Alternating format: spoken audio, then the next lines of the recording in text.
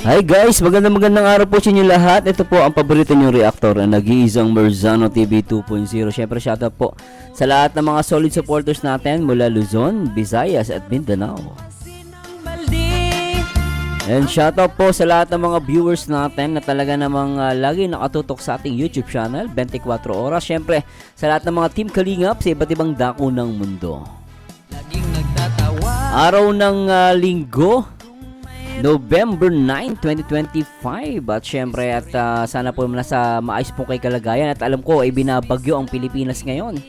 Kaya ingat-ingat po kayo guys ha. At talagang i-ready nyo na yung mga kailangan na gamitin. Lalo na yung mga instant noodles, mga instant food. Kailangan po natin yan. Just in case na mababaha po kayo, isang bitbita na lang, no? Naka-ready na yung Kasi ganun ginagawa namin eh.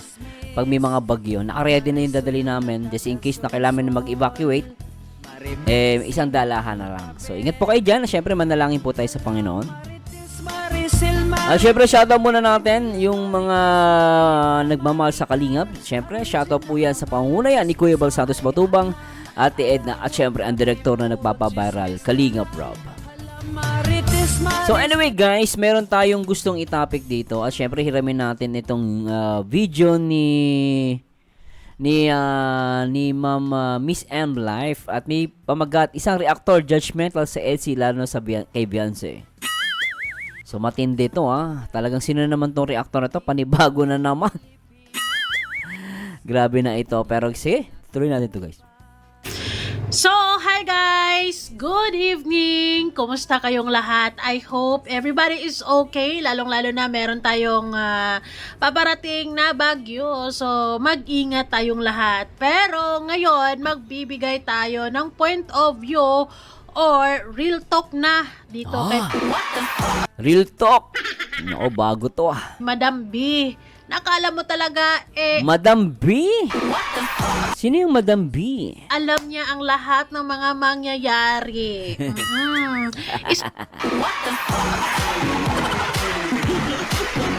Totoo lang guys, hindi na reactor yan, manghuhula na yan.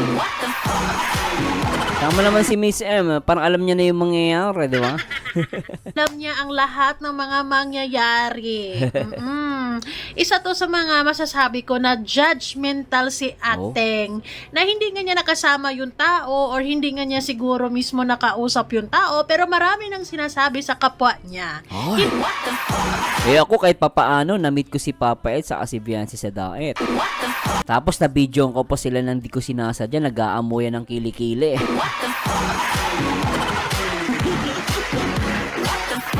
Tapos, kunwari, hindi mo naman nakikita sa personal, hindi ka nga nakapunta ng dati, ikaw pa yung malakas mag-comment ng ganun. Delikado po yun. Alam niyo guys, remember na, hindi po o galit, no?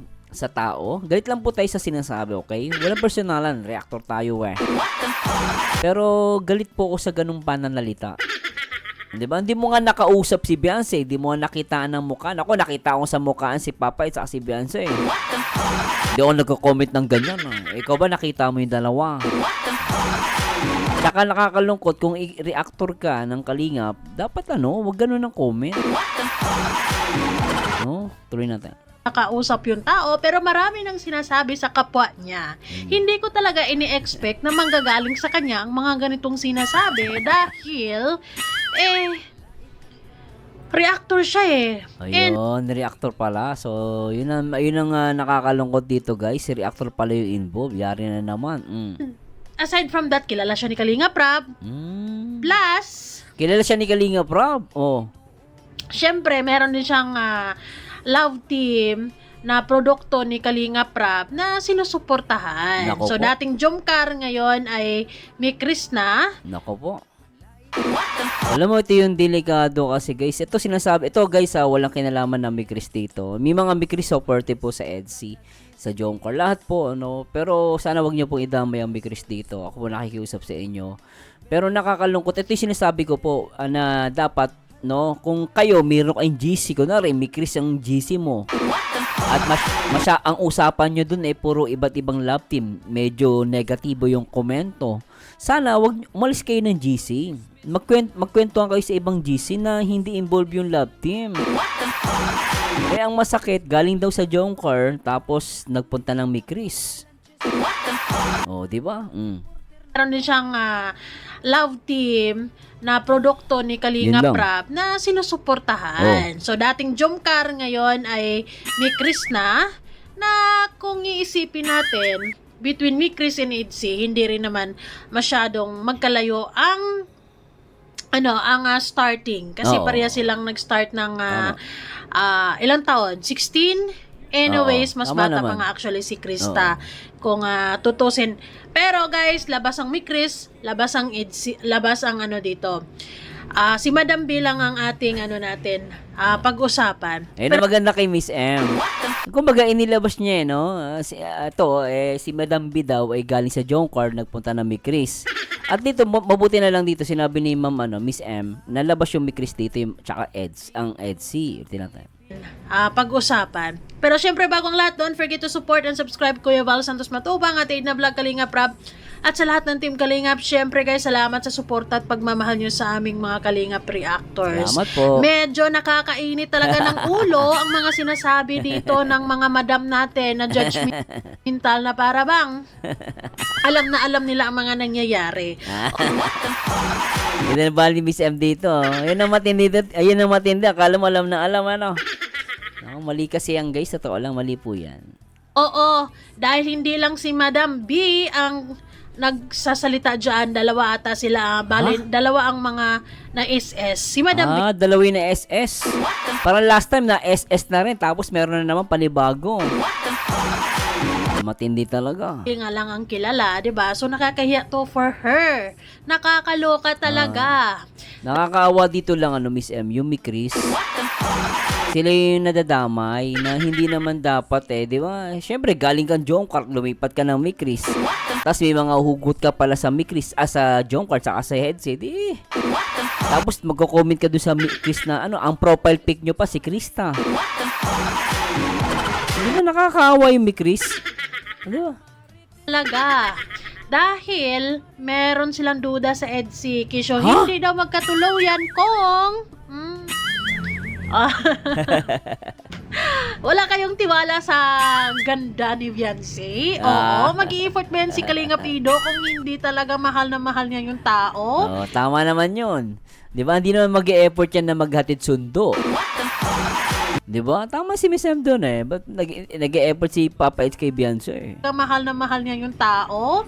'Di ba?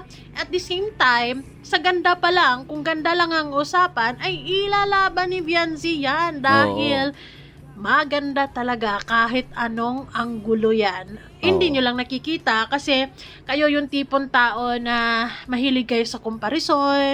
Gusto nyo yung loadin nyo lang ang nasa itaas, laging mangingibabaw. Huwag po tayong ganyan. Tama naman si Miss M May mga ganyan kasi, ang tawag diyang panatiko na wala sa hulog. Ako kasi may panatiko, okay naman po Pero pag yung magiging panatiko ka, itataas mo yung idol mo, tapos binabash mo yung iba, yun ang pangit. Panatikong wala sa hulog. Diba? Pao, wag po tayong ganyan. Lagi nating sinasabi, one Kalingap, one family, pero Tama. mismo sa mga sarili nyo dyan ay hindi nyo na i-apply ang one Kalingap, one family. Sabi na Diba? Talk yan, di nyo yung na-apply. Practice what you preach. At isa pa, don't do unto others if you don't want others to do Amen. unto you. So, Madam B, ano Madam sa B. tingin mo ang magiging reaction ng mga EDSI fans kapag nababasa niya or nababasa ng mga EDSI fans ang mga sinasabi nyo dyan? Di ba Matindi nga. pangit? Pangit. 'Di ba? Isipin niyo 'yon na sinasabi niyo itong EDSI kung magkatuluyan malayo sa Jomcar na magkatuluyan. Itong EDSI kung magka-developan malayo sa Jomcar na magkatuluyan. Pero pwera na lang siguro kung ang babae ibigay ang tawag nito? Labo na mata. Ibigay ang bandera. Ay, yung bandera. Yung flagpole. Yung ba yun? Ang bandera. Bandera niya, ha ha ha. O, diba? Alam mo, insulto yung kay Kalingap Edu eh. Parang papatulan siya ni Edu kapag binigay yung yung bandera. So alam niya na kung ano yung bandera. Di ba nakaka-insulto kay Papa Eds? Tapos reactor ka ng Kalingap, ganyan yung comment mo sa mga GC. Mali po talaga yan eh. Ngayon, kung may mga ganyang comment, labas ka ng GC ng love team na tulad ng Mikris, lumabas kayo dun. Yun naman ang pakuusap ko sa lahat eh. Lumabas kayo sa GC. No? Tapos kung gusto niyo magmaritisa, meron kayo babanatan, edi magbanatan kayo doon sa isang GC na hindi involved yung GC ng isang love team tulad ng Mikris. Okay, so wala. Ano yan eh, hindi naman tayo kasi, hindi po, tandaan nyo guys, hindi po tayo bansang komunista. Ang komunista, bawal ka magsalita. Talagang totally bawal ka magsalita. Pero, sa bansang Pilipinas, no, bilang Pilipino, tayo ay meron tayong freedom, meron tayong kalayaan. Pwede nga tayo mambash eh. Tutusin, pwede naman yan eh.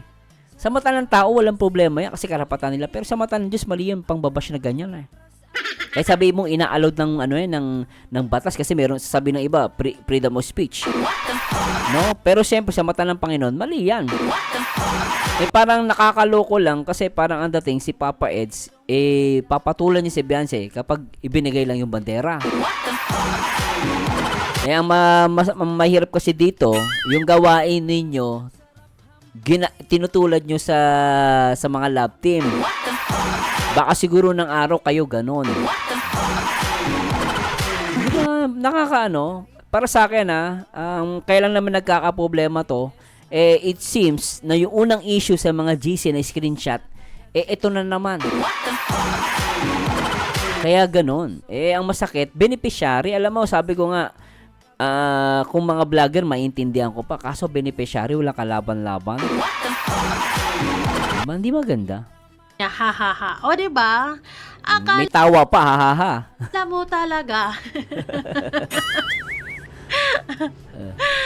Ay, Diyos ko po. Hindi ko talaga ini-expect na manggagaling sa kanya itong mga sinasabi na to, itong nababasa ko ngayon. Kasi, isang nanay din to for sure. Kasi may edad na rin.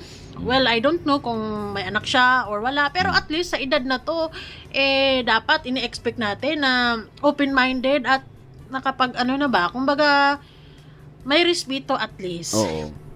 Hindi ko kasi Saka dapat matured na. iniisip na humantong sila sa ganyang usapan. Kasi may love team din silang hinahangaan. Ayun, yun ang masakit doon, di ba? Diba? So ano kayang mararamdaman nila kung sakali mang gaganyanin din ng mga EDSI fans ang lodi nila, pero pakiusap, wag na lang. Kasi hindi tayo bababa sa level ng mga taong ganyan, di ba? Hindi rin magiging proud si Kalingap Ido or si Viancy kapag tutularan natin ang mga ganyang ugali. Hindi yan nakakaganda, guys. Totoo yan, nakakapangit pa yan. Mga ganong comment, nakakapangit yun. Hindi kasama or hindi kasali ang Mikris, lalong-lalo na si Krista, sa mga pinagsasabi ng mga judgmental na yan. Oo. Totoo sin dapat yan, alisan nyo guys ha. Ako sa lahat ng mga Mikris supporters, pag kahit sabi mo sponsor pa yan, kung sino pa yan guys, kahit reactor pa yan. Pag nakita nyo ganyan yung comment, either layasan nyo o sipain ninyo. Kasi huwag nyo i-tolerate guys. Totoo lang, huwag nyo pong i-tolerate. Kung gusto nyo po tumagal tayo dito sa ating mga paboritong love team at maging maayos, sana wag niyong i-tolerate. Sir Marzano, malaki binibigay niya na. Ito, example lang ha. Sir Marzano, malaki binibigay niya, sponsor yan. Wag natin pagsabihan. Hindi. Kahit sponsor siya, pagsabihan mo. Hindi naman, magbibigay ka ng pera tapos pwede ka naman lait ng iba. Tama ba yon? Di ba? Bibigay ka ng pera, pananalait ka, naninira ka ng ibang love team. Edi mas maganda pang ingud-gud mo yung pera mo sa mukha mo. At ang masakit, beneficiary pa. Pangit talaga ng nung sinabi. Biri mo ginamit lang yung bandera. Pero ang pangit, parang di ba, parang ang landi ni Beyonce doon. Tapos si Papa is parang napaka-papato lang siya kay Beyonce kapag pag binigay yung bandera. Ang pangit ng tingin kay Papa Ed sa kay Beyonce, parang napaka-cheap naman ng dalawa. Di ba? Okay? Kung sino lang yung mga nagsasabi ng hindi maganda dyan, ay sila lang yung dapat, sila yung dapat haharap ng mga Yes, consequences. oo. O, de sigurado, mainit na ulo ngayon ng mga EDSA fans, ano na? Ah, di ba? Dapat sila yung ano yun, wag yung love team guys. Like may Chris, huwag yung idamay po. Nanahimik yung mga EDSA fans hindi Oo. nga nakikisali sa mga issues dyan kayo talaga namang pipilitin nyo talaga. Pero syempre guys, sa mga EDSA fans, hindi tayo bababa sa level ng mga ganyang Oo. pag-iisip. Tama. Dahil hindi po yan maganda, Tama. diba? Hindi nga natin nagustuhan True. na sinasabi ng ganyan. So, Agree. hindi rin natin gagawin yan para lang masaktan siya. Kailangan lang siguro natin i-real talk or Oo. kailangan lang siguro natin mabigyan ng konting paliwanag na yung Oo. mga ginagawa niyang ganyan ay hindi po maganda. Yes, oh. Isipin mo, nanggagaling sa kanya, tapos yan yung sasabihin, 'di ba? Instead, na magpo-promote sila ng positivity and support lang, love lang, one kalingap, one family, pero pagkaganyan ang sinasabi, talaga namang saan? Where's the love? Oo, Or at diba? Tama naman si Miss M. Maganda yung paliwanag yun. Di na ako, totally ako kilala ko yan si Madam B. Kaya lang po, syempre, nothing personal, no? Pero sabi ko nga, nire-real talk lang namin sila, pero hindi naman namin inaaway. Ngayon, kung magiging masama loob nila, wala tayong magagawa doon. Pero at least, nire-real talk natin to para magising sila at malaman nila na mali yung ginagawa nila. Kaya next na, mag-iingat na rin kayo sa mga screenshot, lalo sa mga GC. least, hindi ka pinipilit na suportahan ng Yes, EDSA, of oo. course, di ba? Wala Tama. namang namimilit. Mm. At least, marunong kang rumispito. Kasi alam mo, na si Kalingap Rab, kung paano niya pinoprotektahan ang bawat isa sa mga Kalingap Angels niya. Tapos ikaw, babastusin mo ng ganyan. Tama, It's a oo. big no. Deserve mo din mamura ng mga EDSA fans na talaga namang, di ba, sobrang Deserve mong mamura ng mga Etsy fans. Yung punto na yun, agree okay Miss M eh. Kunwari, mumurahin ka ng mga Etsy supporters. Ako, maintindihan ko yun kapag minura ka eh. Kasalanan mo, consequence mo, yun yung actions mo eh. Kung hindi mo kasi sinabi yan, tahimik ang buhay mo. Diba, tsaka ang pangit talaga, Kalingap reactor ka. Tapos, ang masakit pa, nandun kasi isang lobby like me, Chris. Tapos ganyan yung mga binabanggit mo. At tama sinabi ni Miss M doon, walang pumipilit sa'yo. Walang pumipilit sa'yo. Nasuportahan mo yan, ang sabi lang, di ba? Ang sabi lang, suportahan nyo. Sabi nga ni Kalingap Rab, kung ayaw mo sumuporta, panoorin mo lang, kahit i-play mo, kahit wag mo na panoorin. Kahit ayaw mo taga-panoorin, i-play mo lang yung video at nakasuporta ka. Ang masakit, baka hindi ka nanonood, nagko-komento ka pa ng ganyan. Mali po kasi talaga yan. Kahit saan mong daanin, mali po talaga yan. Tapos sasabihin na naman, kasi Marzano, bakit kasi in-screenshot eh? Alam mo, hindi usapin dito kung sino nag-screenshot, bakit may nag-screenshot. In the first place, kung hindi kayo nag-comment ng ganyan, tahimik ang buhay ninyo. Ngayon, pag pinuna kayo, sinabi na ganto ganyan, magdadamdam kayo. Di ba, no? di ba? Sobrang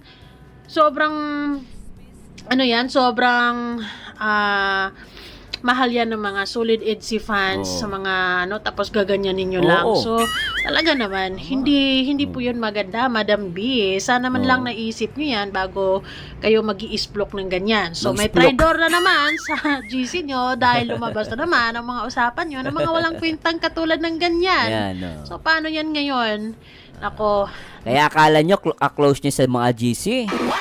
Close kayo, pero hindi nyo alam. O, yari kayo. Babalik na din pala sa inyo.